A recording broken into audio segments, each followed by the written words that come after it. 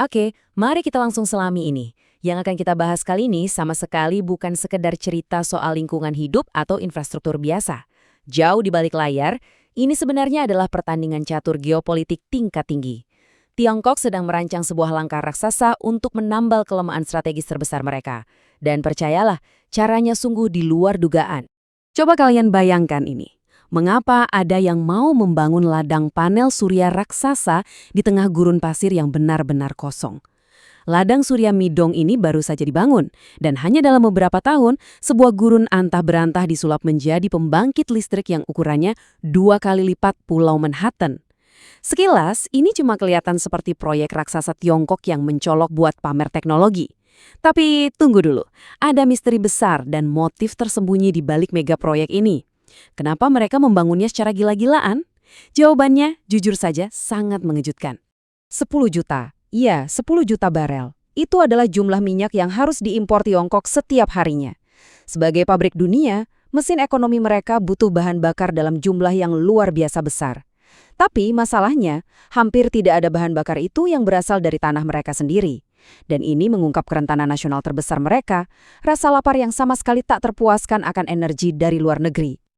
Bagian 1, kelemahan terbesar energi Tiongkok. Kebutuhan energi yang masif ini pada akhirnya menciptakan sebuah titik kegagalan yang sangat fatal bagi mereka.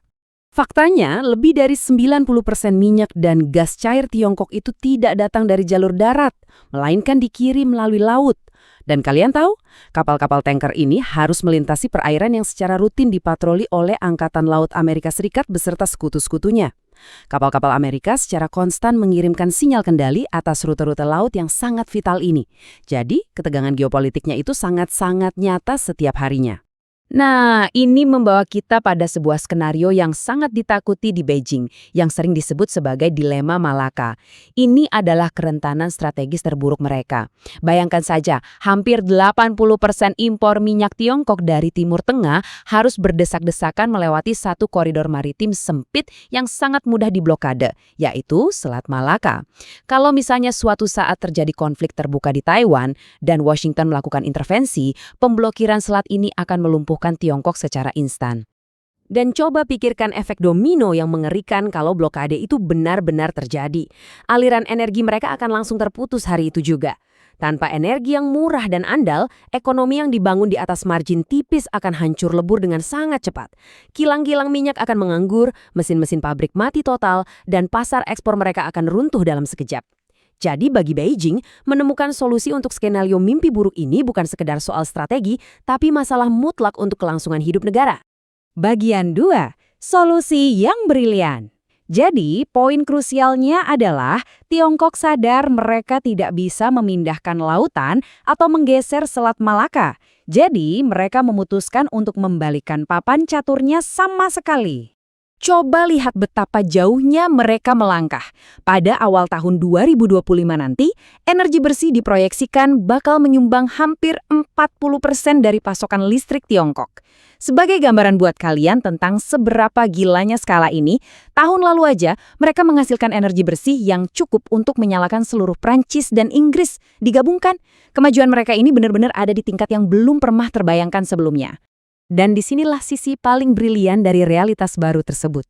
Pada tahun 2025, hanya sekitar 5% dari listrik Tiongkok yang berasal dari gas alam, dan bisa dibilang nyaris tidak ada yang berasal dari minyak bumi.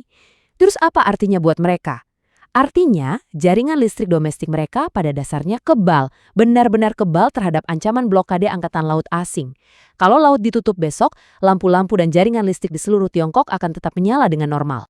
Tiongkok sedang menjalankan semacam rencana induk yang sangat logis menuju kebebasan strategis. Langkah pertama, mereka mempercepat pembangunan energi terbarukan besar-besaran di dalam negeri. Kedua, mereka mengelektrifikasi segala hal, mulai dari transportasi, rel kereta, sampai mesin-mesin industri berat. Sebagai buktinya, kendaraan listrik dan hibrida kini menyumbang mayoritas penjualan mobil baru di sana. Dan langkah ketiga, menghilangkan impor minyak dan gas. Begitu semuanya berjalan pakai listrik, ketergantungan pada minyak asing otomatis lenyap. Setiap mesin yang beralih ke listrik adalah satu titik kelemahan yang berhasil mereka hapus.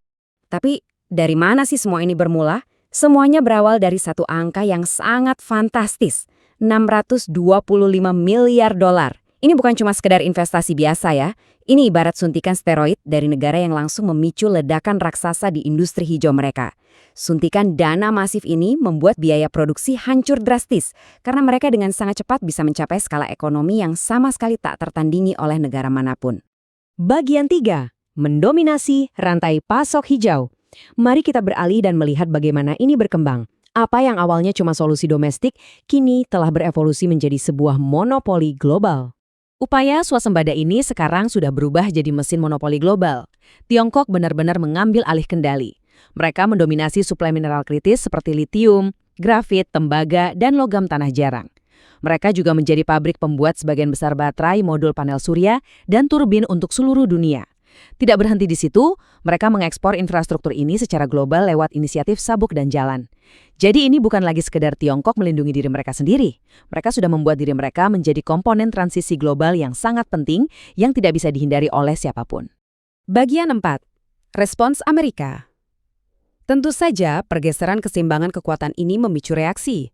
Dan mari kita lihat secara objektif strategi politik yang saling bertolak belakang di Washington. Mari kita bandingkan dua strategi energi Amerika Serikat ini. Di sisi A, kita punya pendekatan Biden, menyalurkan $825 miliar dalam bentuk subsidi hijau melalui Undang-Undang IRA, memaksakan mandat perangkat keras lokal, dan memukul Tiongkok dengan tarif untuk kendaraan listrik dan panel surya. Lalu di sisi B, kita punya pendekatan Trump, keluar dari perjanjian iklim Paris, mendeklarasikan darurat energi, dan mempercepat pengeboran bahan bakar fosil. Kedua strategi ini sebetulnya sama-sama punya potensi untuk mengurangi keunggulan Tiongkok. Tapi masalah utamanya ada pada inkonsistensi. Perubahan haluan kebijakan yang drastis dari pemerintah ini menciptakan resiko yang sangat ekstrim bagi industri swasta untuk berinvestasi. Ada satu kutipan yang merangkum implikasi pahit dari volatilitas ini. Jika Amerika tidak segera memutuskan rencana tindakan yang konsisten, Tiongkok dapat memperoleh pengaruh permanen atas pasokan energi mereka. Ya, tanpa arah jangka panjang yang konsisten, dampaknya bisa sangat parah. Tagihan energi yang makin mahal, jaringan listrik yang rapuh, dan yang terburuk, Amerika berisiko menyerahkan keunggulan dominasi global ini kepada Tiongkok bahkan sebelum mereka benar-benar bersaing. Bagian 5. Memodernisasi keamanan global. Pergeseran geopolitik semacam ini tentu memaksa negara-negara untuk memikirkan ulang pertahanan internal mereka, yang membawa kita pada sponsor paparan hari ini tentang infrastruktur keamanan domestik Amerika Serikat. Ketika prioritas geopolitik global bergeser, itu secara langsung mendorong peningkatan yang sangat penting dalam infrastruktur keamanan domestik Amerika Serikat. Disinilah Liberty Defense Holdings yang diperdagangkan dengan kode saham LDFF hadir sebagai pemain kunci. Mereka sedang mengembangkan teknologi deteksi ancaman generasi berikutnya yang sangat mutakhir. Dan ini dengan sangat brilian mengilustrasikan bagaimana kita memodernisasi keamanan kita. Coba lihat sistem Hexwave dari Liberty Defense ini. Dikembangkan langsung dari riset elit MIT Lincoln Lab, sistem ini menggunakan AI untuk mendeteksi tidak cuma senjata logam, tapi juga senjata plastik dan senjata cetak 3D. Semuanya dilakukan secara real-time. Hebatnya, alat ini sanggup memindai hingga 700 orang per jam. Dan yang paling penting, kalian tidak perlu repot melepas sepatu, jaket, atau membongkar tas pribadi. Ini benar-benar membuat penyaringan jauh lebih cepat dan tidak invasif bagi agensi seperti TSA dan Departemen Keamanan Dalam Negeri. Nah, kalau kalian tertarik dengan profil pasarnya, ini adalah titik infleksi finansial yang luar biasa. Saat ini, kapitalisasi pasar Liberty Defense hanya berkisar di angka $16 juta. Angka yang sangat kecil kalau dibandingkan dengan $45 juta modal yang sudah mereka kumpulkan untuk riset. Belum lagi, mereka baru saja memenangkan kontrak pemasok tunggal senilai $6 juta dari TSA, dengan potensi besar peluncuran nasional senilai $100 juta untuk ribuan unit. Kesenjangan yang masif antara kapitalisasi pasar yang rendah saat ini dengan besarnya kontrak pemerintah adalah sebuah peluang yang sangat menarik untuk diperhatikan. Apalagi dengan adanya katalis besar di depan mata. Mulai April 2026, TSA mewajibkan seluruh bandara di Amerika Serikat untuk memulai penyaringan terhadap para karyawan mereka guna mendeteksi ancaman tersembunyi. Mandat federal yang ketat ini, ditambah dengan traksi kuat mereka di pasar internasional, memposisikan Liberty Defense untuk menghadapi lonjakan permintaan yang luar biasa sepanjang tahun ke depan. Jadi, semua ini membawa kita pada satu pertanyaan besar. Seiring dengan peta energi global yang terus digambar ulang secara radikal, mulai dari lautan panel surya raksasa di gurun Tiongkok hingga ke teknologi keamanan perbatasan tercanggih, siapa yang pada akhirnya akan mengendalikan masa depan keamanan internasional dan memegang kunci kebebasan strategis? Ini adalah sebuah pertandingan catur raksasa, dan langkah selanjutnya akan menentukan nasib dunia selama beberapa dekade ke depan. Teruslah berpikir kritis, dan sampai jumpa di paparan berikutnya.